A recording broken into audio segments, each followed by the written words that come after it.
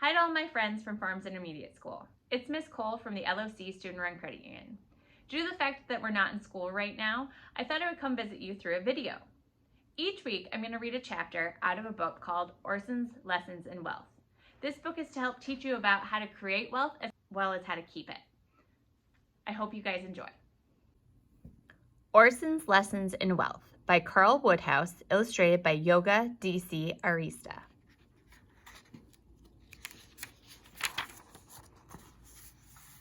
Chapter 1. Orson's Dream. For a young boy with no money but time to fill, tossing stones into water counts as entertainment. Orson dangled his legs over Cloverport's quay wall and did just that.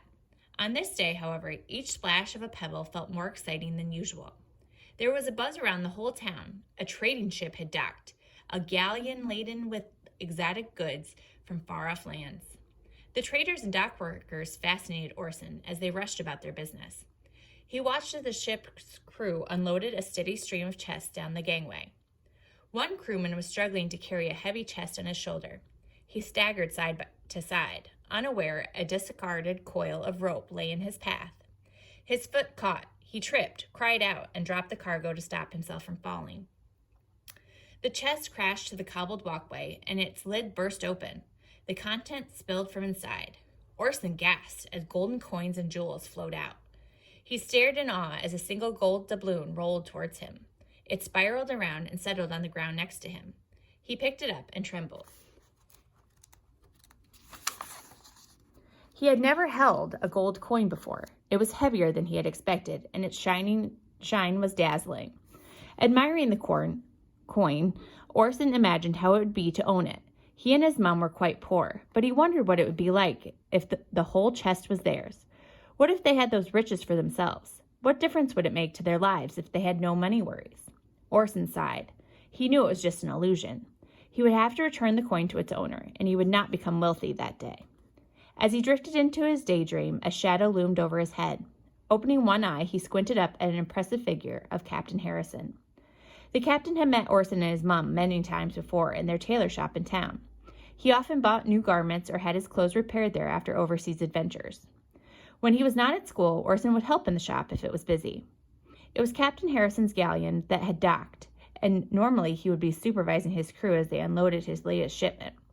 Orson was not surprised to see the captain standing in front of him now. Nobody would want to lose a gold coin. "I think this belongs to you, Captain," Orson said, holding up the doubloon. He held it in a vice-like between his fingers, not wanting to give up the lucky find. My, Captain Harrison said in a booming voice. "An honest lad. Many people would have pocketed the money and ran." "Mom says honesty is rewarded." Orson looked wide-eyed at the captain, hoping he would be allowed to keep the treasure. "She's right." The captain held out his hand, and with reluctance, Orson dropped the coin into the upturned palm. He thanked him as he slipped the coin into a pocket. "Now, how can I reward you?" Orson gulped and took a few seconds before replying. "Reward? Well, I was just dreaming of what it would be like to be as wealthy as you." He gazed from the captain to the spilled treasure on the quayside.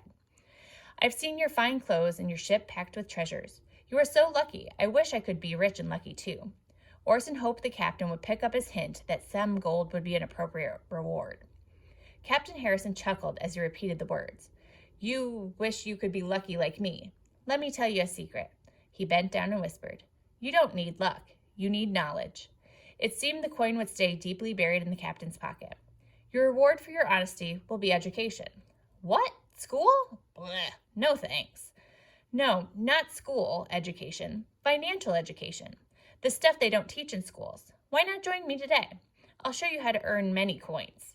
Orson's mouth dropped open. He could not believe his ears. The wealthiest man he knew, the wealthiest man in the entire town, had offered to teach him. "Do you mean it? Can you show me the secrets of wealth?" "There are no secrets, but there are some rules. You must listen and do what I say." "Anything," said Orson, getting more excited by the second. "I'll do anything. Well, almost anything. I don't enjoy homework, and I don't like cabbage. Ugh." The captain turned away and strode along the quay towards his ship. As he passed the crewman who had almost finished scooping up the treasure, he pulled the coin from his pocket and flipped it in at the chest. Mesmerized, Orson followed the coin's flight. It spun through the air and landed with a ting on a jewel-encrusted goblet. Don't worry, no homework, but perhaps a surprise or two. Up you jump, lad. We've got lessons to learn. Coming, Orson almost tripped as he jumped to his feet. We're going to meet my friend. She can teach you a thing or two. Please try to keep up. No bibbling about. We have a busy day ahead.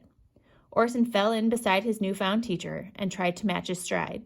Things were happening fast. He wondered where this day would lead. I hope you tune in next week for Chapter 2. Look in the comments below this post, and that way you can have an activity to do to follow along with the book as well as a game to do with your family. Hope you guys have a great day.